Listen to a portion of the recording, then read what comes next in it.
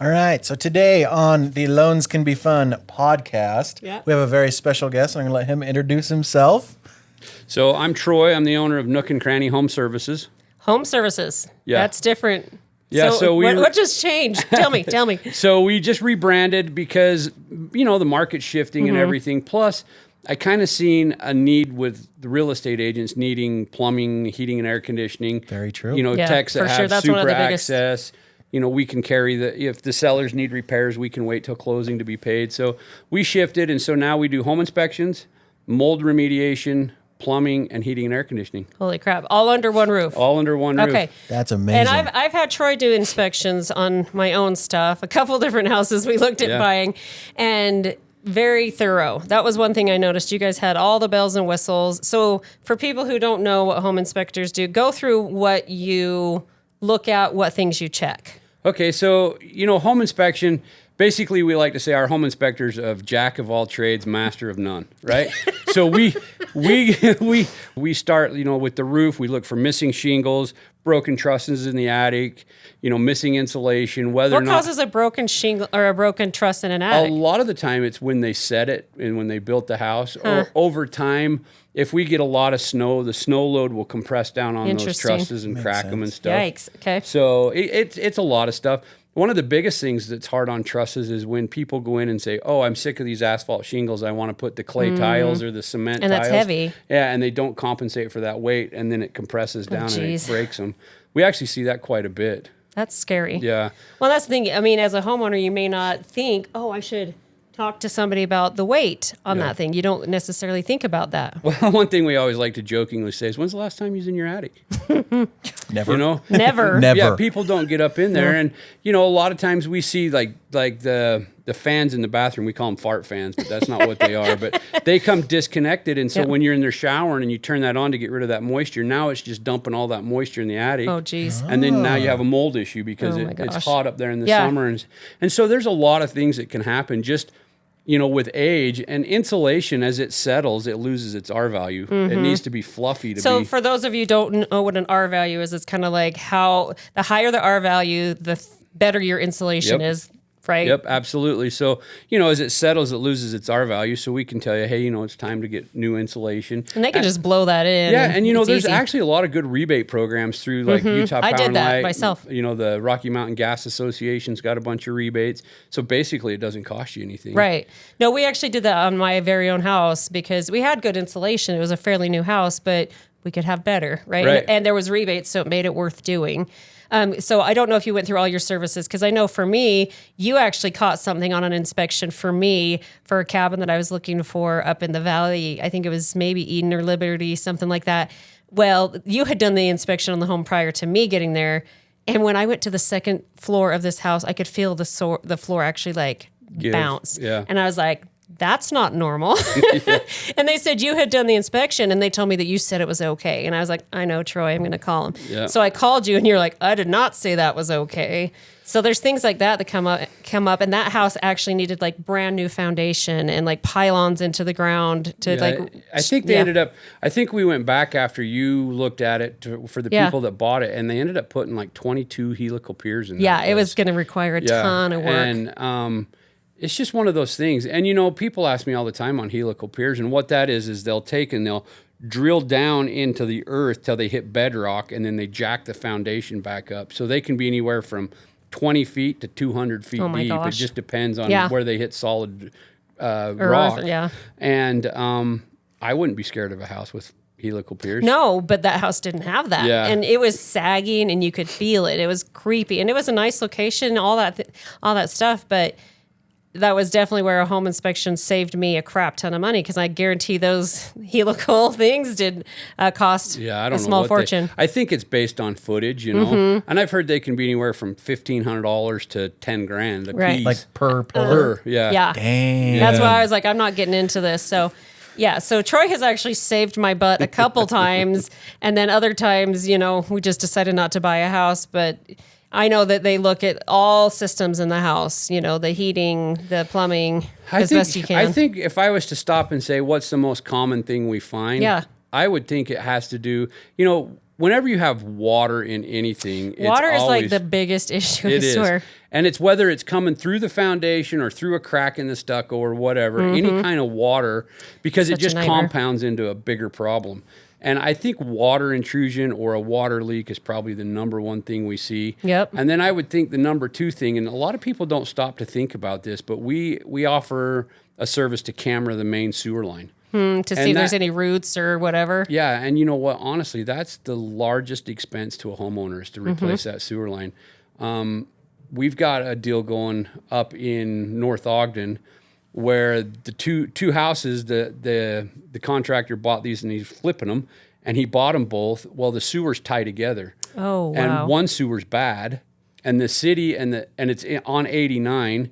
So the city and the state got involved, and they're making us separate the two sewers. Oh, no. And what should have been, an $8,500 repair is now $52,000. Oh, yeah. Oh, my goodness. Yeah. That's the thing. Sewer stuff is not cheap. It's not. And, prevention with that stuff is huge, and making sure that it's taken care of. But, man, yeah, it's not cheap. It's not. And, we only charge a couple $100 to camera a sewer. Yeah. And it's like, invest that money because you never know what's there. Yep. And we always jokingly tell people, it's not a fun video to sit and watch with popcorn or whatever, but at least you know what's going on. Yeah.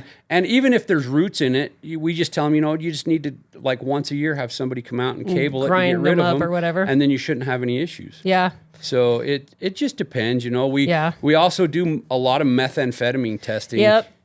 And meth is like really prevalent here in Utah. Oh, that's what actually has surprised me when people do meth tests, how many positive meth tests we get. It's just kind of like mind-blowing to me. We can dive into that. The reason why, too, is because the national average for meth is actually 4.0. Okay. But in Utah, we've decided to drop it to 1.0. Okay, so it shows up more often on the tests. Yeah, it shows more often. And literally, if you was to talk to Ann Atkins from Meth Mob, she'll tell you at 1.0, you'd get more sick chugging a bottle of cough syrup than you would off the residue of the meth in your house. You still don't want it, but... No. And so, as a joke one day, Ann says, hey, let's pull one of the floor mats out of your inspection vans. So we did, and we tested it, and it came back at like 250. Oh, and I'm my like, gosh. What's that from? And she goes, it's just from the contact of being in houses. And so, like... Oh, my gosh. if you're listening to this and you're a real estate agent, never wear the shoes that you show houses on in your own house. I kick my boots off in the garage at night because I don't want to track that into my house. Oh because my gosh. it's You just know what's been there. Yeah. Oh and my so gosh. it's like, holy crap. It was like eye-opening. And she's like, it's just common. And, somebody could just rub up against you and that residue could now be on your coat. Right. And it's just very prevalent in the state of Utah. gosh. But the reason why is because we have a higher standard. Yeah. Interesting. Yep. Yeah, because we've had a couple properties where people had to, do the remediation and all that stuff. And it takes a while, and it can make a contract go 3 weeks to a month longer. I had a situation. I want to know what makes a meth test come back with a false positive, because I had that happen on something, and I turned the lady into Childhood Protective Services or CPS, whatever it is. I turned her in, and it was a false test, you guys. So I felt so bad. A lot of that's how they do it. We have Ann come in. So as a home inspector, we don't have to be certified to do. You can just do meth testing, right? There's no this is how it has to be done. So I get with Ann, and she comes in and teaches my team how to do it to the state standards, because as a licensed mitigator, she has to test a certain way and in a certain area of the house. If she teaches you guys how to do that, then. So she taught us, and she said the number one thing is, most guys, when there's a false positive, they don't put the gloves on. They don't worry about what they're touching. They'll touch other things instead of just focusing on the test. I mean, they touch the meth in their truck. Right. Just go out and grab your steering wheel. It's probably all over it, So that's what causes a false positive, when they're not actually following the parameters they should. And that's kind of frustrating that it's that, because that causes the contract. It causes a huge mess. Yeah. And it all boils down to somebody not doing what they should. Yeah, she was renting the house in the basement, and honestly, it looked like a hoarder's house. And the kid was sleeping on a mattress on the floor and looked like he hadn't had his hair brushed. So maybe it was okay that I called them, but I called them because of the positive meth test, and it wasn't positive. They came back and did another test, and I was like, oh my God. Yeah, it's crazy. And, those situations are bad no matter what. We see them a lot. When I'm in people's houses, when I'm a plumber, it's hard. It jerks at your heartstrings when you see little kids in those situations. And because honestly, he should have been in a better situation than that. Now, she probably loved him, and you know what I'm saying, but just it didn't look healthy, and things like that. Okay, so before we started this video, you started talking about flipping houses and realtors flipping houses and some of the issues that you have seen there. So kind of tell us a little bit like what you have seen on that end. Okay, so full disclosure, this wasn't a real estate agent, but it was a company that was flipping houses. Okay. And they got to the point they hated us so bad they would try to stop us from doing inspections on their because you were narking on them, on their flip houses, just because it was costing them so much money because they were just doing a really crappy job. And one of the things that we caught on to early on is they would go in and if there was mold in the house, they just paint over it. Oh my! Is that goodness. bad, Troy? Yeah, and I actually ended up in court as a professional witness against them for them doing that, and it actually caused a bunch of health issues to a kid that moved into the house that had asthma. Yeah. So it was like a big deal. And so once that happened, I'm like, okay, we got to get serious when we're doing on something. this particular group's houses.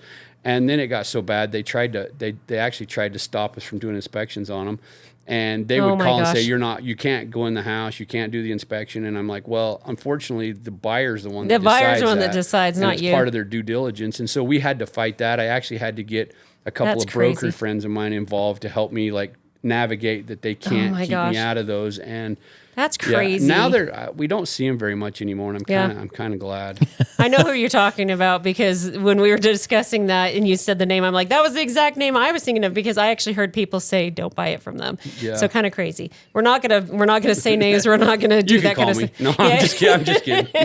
But okay, so you do the home inspections, and that usually like you do the home inspections, but there's times where you have to do tests like meth, radon, mold tests, and some of those take a few days. Yeah. And if people will just tell us what their due diligence time period is, we can actually rush them at the lab. And all I do is whatever the lab charges me to rush them, I just pass that on to the client and say, okay, that's what it is. We get that totally. And one thing that I do is I actually have one full-time radon tech.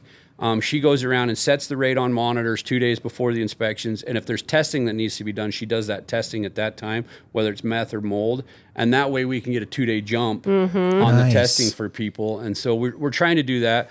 And it took agents a long time to kind of get comfortable with us doing that because we'd need 2 appointments. Yep. Like we need one 2 days before. And then I got to go get my gear. And then one for the inspection. And they couldn't but once we started explaining, hey, this is what we're doing. We're trying to make sure that we don't hold up the transaction. Right. Things started going a lot smoother for us with that. Can you tell our listeners like why, what radon is and kind of like with meth and mold, kind of the health issues that come along with these things and why it matters? Sure. So radon, and I'll tell you a personal story. So I'm really an advocate for radon because I just lost my mother-in-law to lung cancer and she didn't smoke a day in her life.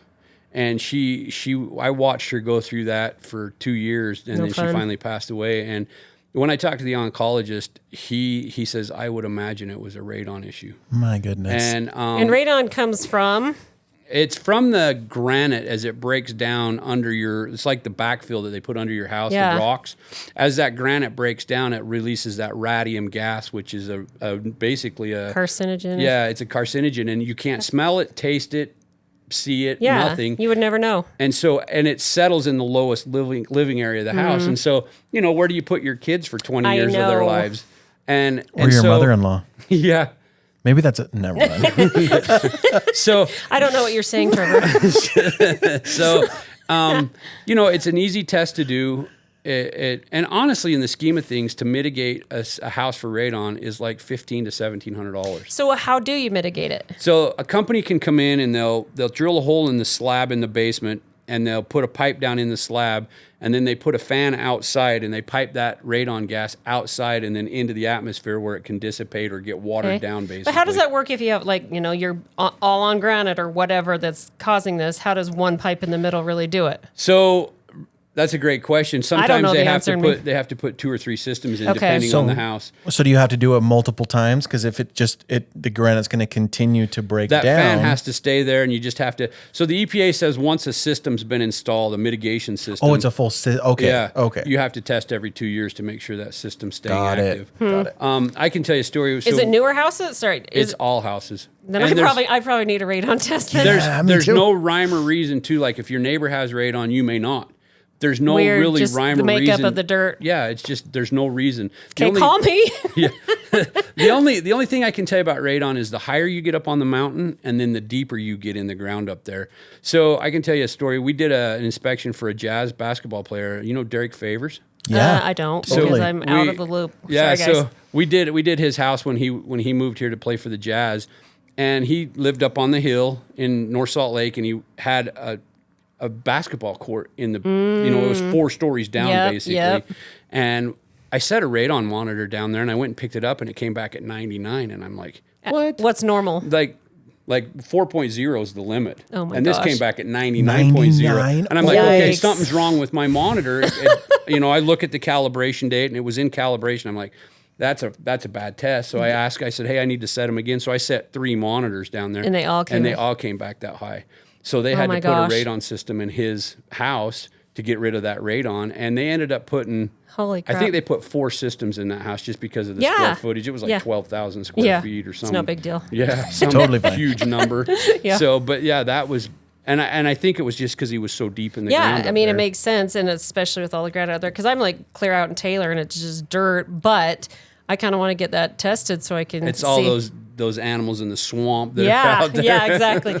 And so there's radon testing, there's meth. Obviously, meth is a drug, and you don't want that, in your kids' systems so and things like that. The radon, or for the meth, the thing about meth is once it's been in the house, you can't paint over, you can't encapsulate it. It doesn't go away. It keeps leaching through, and they actually have to scrub the walls when they go in. And Yep. I went, Ann invited me one time to see kind of how they do it, and she walked me through the house, and it's a process. It's basically they scrub all the walls. Anything permeable in the house has to go. Yep. So like couches, carpet, even blinds with the little strings, because the strings are permeable. Oh that my all gosh. has to go. So when you stop and look at what's permeable so in much. your house, Everything. it's like, holy Like, crap. yeah. And then Every they have to single thing. scrub everything, and they have to scrub it like 3 times. Yeah. They have That's to go in crazy. and wash it, and then they have to scrub it, and then they have to wash And it again. test. Yeah. And then they have to have a clearance test. And one of the misnomers about meth is the lab where we do the sampling down in Salt Lake, where we take our samples, us as a home inspection company, and even the agents, buyers and sellers, are not required to say anything to the health department about, hey, there's meth in this house. It's actually up to the actual owner of the house. That's messed up. And the only person that goes to the health department in the whole scenario is the mitigation company. Mm-hmm. So Ann has to go pull a permit with the health department, and then the health department will look at the levels and say yes or no that people can stay there. Oh my so gosh. about 1 in 5 they make them leave the house until it's cleaned up because of the levels of it. Otherwise, they just stay there. Holy cow. And That's messed up. At first I thought, every rental I'm going to find.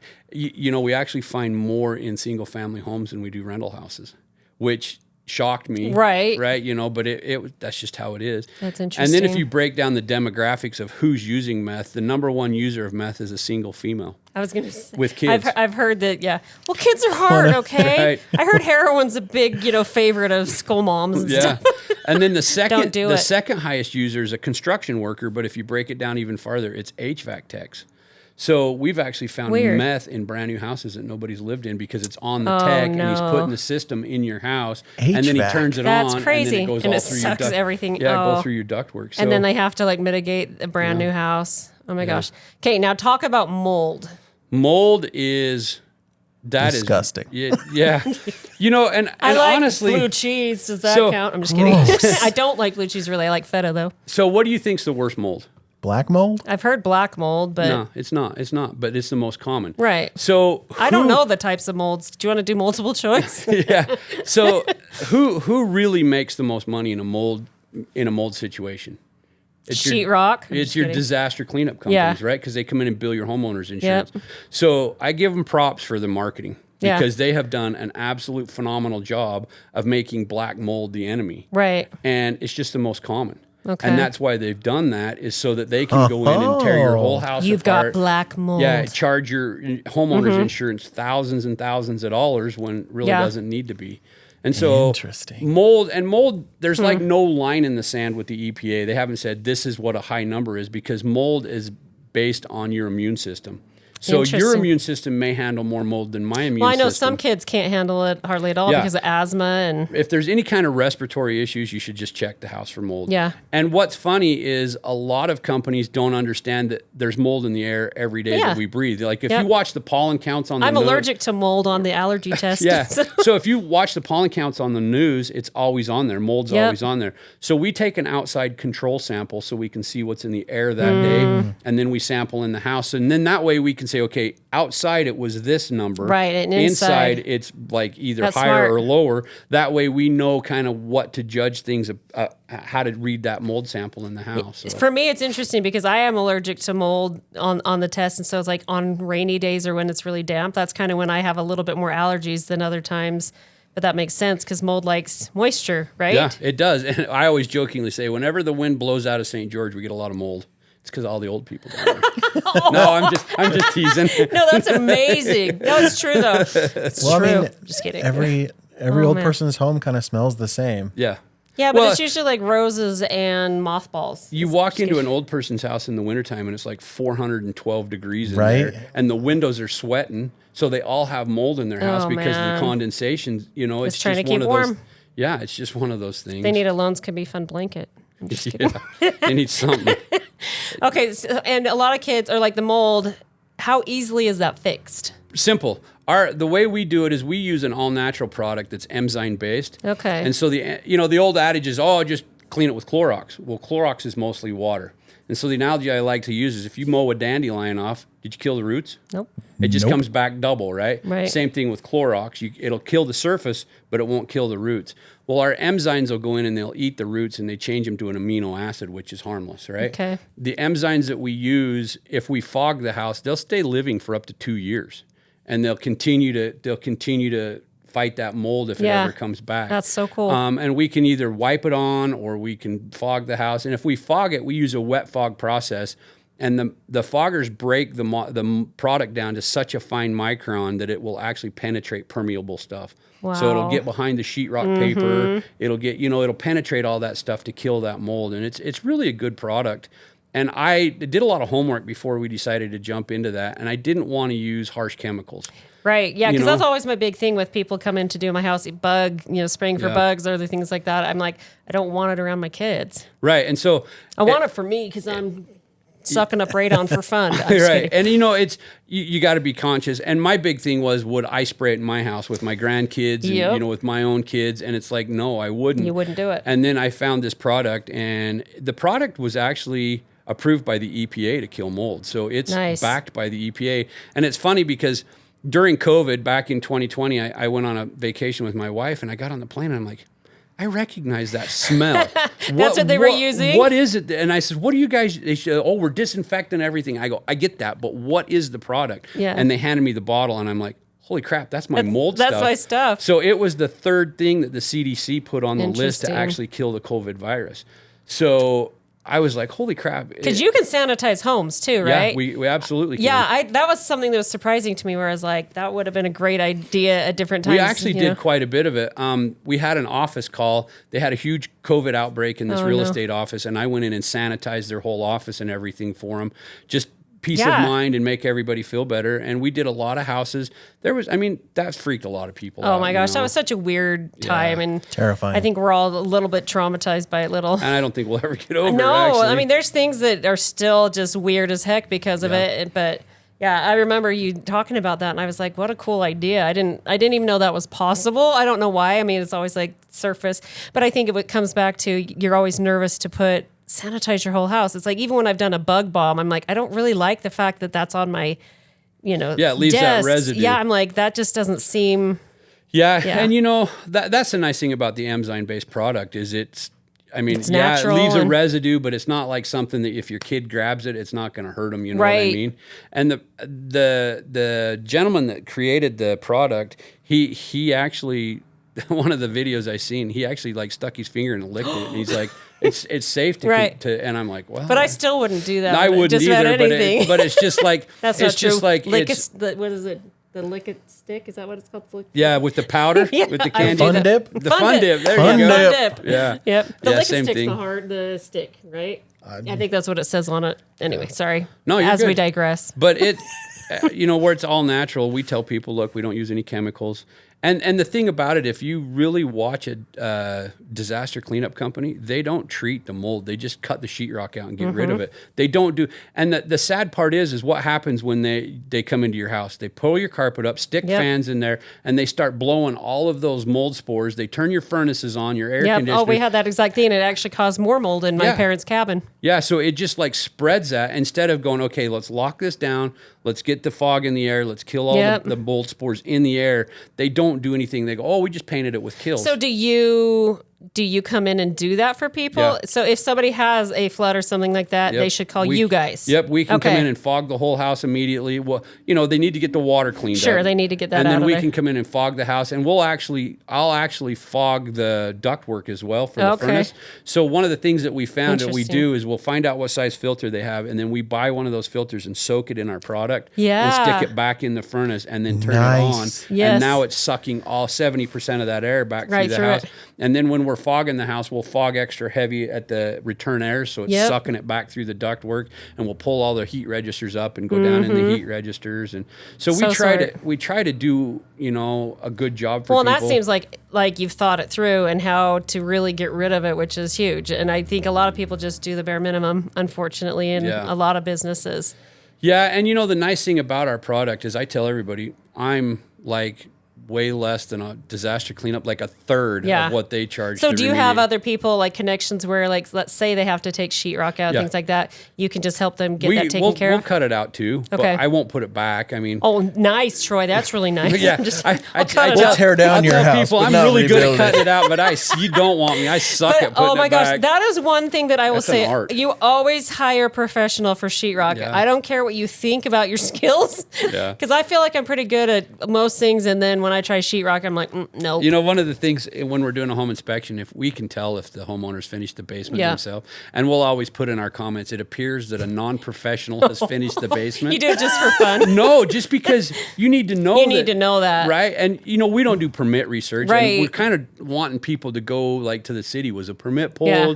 Okay. Is there anything else that you think people need to know why it's so important to have a home inspection? Like, I know agents look at us as the devil, and I get it. We stand between them and their paycheck.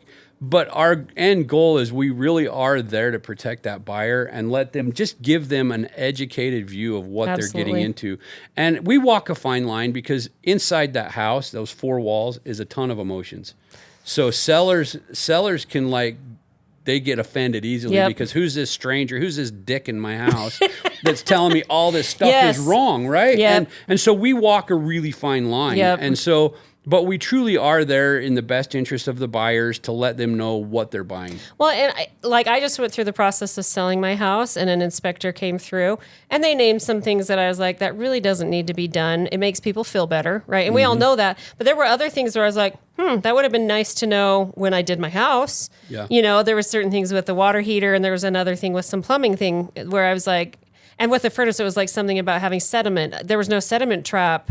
On the gas line. On the gas line. Yeah. I had no idea that was a thing. Yeah. And I've lived there for 13 years, you know what I'm saying?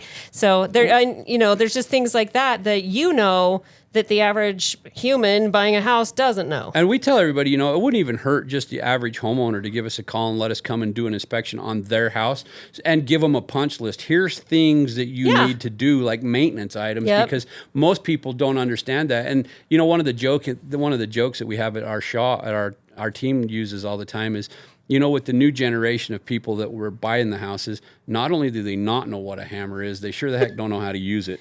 And the point of that is we need to be helping them take care of their house, right? Here's a punch list. Here's things to do. Here's trusted people that we've worked with. Well, and that helps them if they ever go to sell their house too. Those things are already done, and the expense doesn't have to be like a crazy, now I need $10,000 to do this because I've done it over whatever. And it's the old analogy, a small drip becomes a huge flood over time. Amen. And if you can catch it early and take care of it, and then you won't have to worry about mold remediation and all this other stuff that we've talked about because you've handled that problem. And it just boils down to maintenance. Exactly. So I want you guys all to know, like, when I buy a home, I get a home inspection. I just bought a new home, and that wasn't, I probably should have anyway, but I'll have you come by and do my radon. We find more on new construction than we do existing houses. Anyway.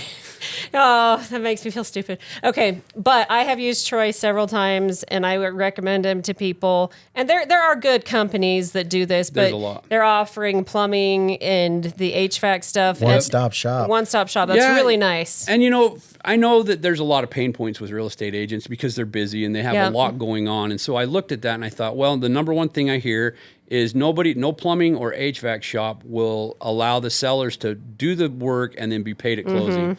And I'm like, okay, I'm used to that kind of stuff, so we can do that. And that's huge because, sometimes people don't have the money till their house sells. Right.